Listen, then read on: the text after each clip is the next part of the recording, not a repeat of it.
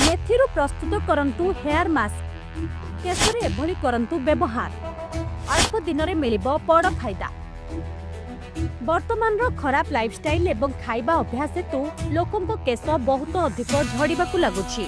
एभली परिस्थिति रे लोक माने केश झड़िबा पई दामी तेल शाम्पू एवं कंडीशनर व्यवहार करंती, किंतु एसबु करिबा परे मध्य केश मोटा एवं लंबा हेबा परिवर्ते झड़िबाकु लागुछि।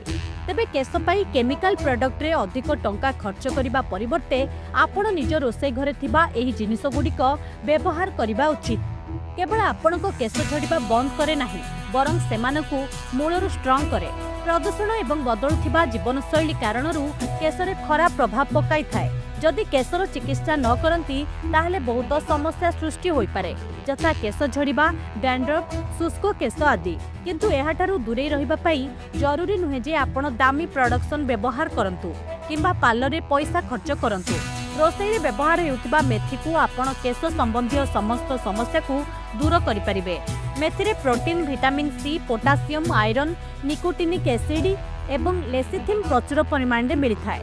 एही सबु तत्व केशरे मजबूती एवं चमक बढ़ाइबारे साहाय्य करिथाए। एहार व्यवहार करिबाकु हेले प्रथमे गरम पानी रे मेथी दाना को राति सारा फुलिबा पई छाड़ी देबे।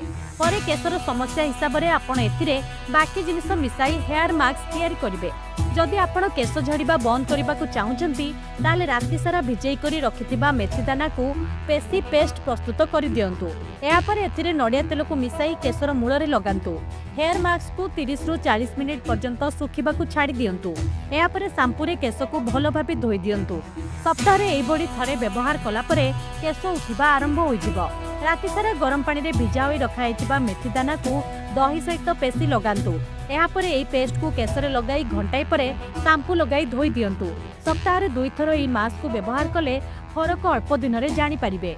पुराना केशर चमक आनिबा एवं स्कार्फ रे शुष्कता दूर करबा को हेले राति सारा भिजाई रखिथिबा मेथी दाना को पेशी पेस्ट प्रस्तुत करंतु।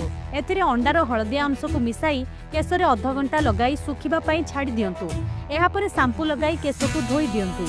मासरे हाराहारी 2 थर एपरि करबा द्वारा आपन को फायदा मिलि थाए। ब्यूरो रिपोर्ट, खबर टुडे।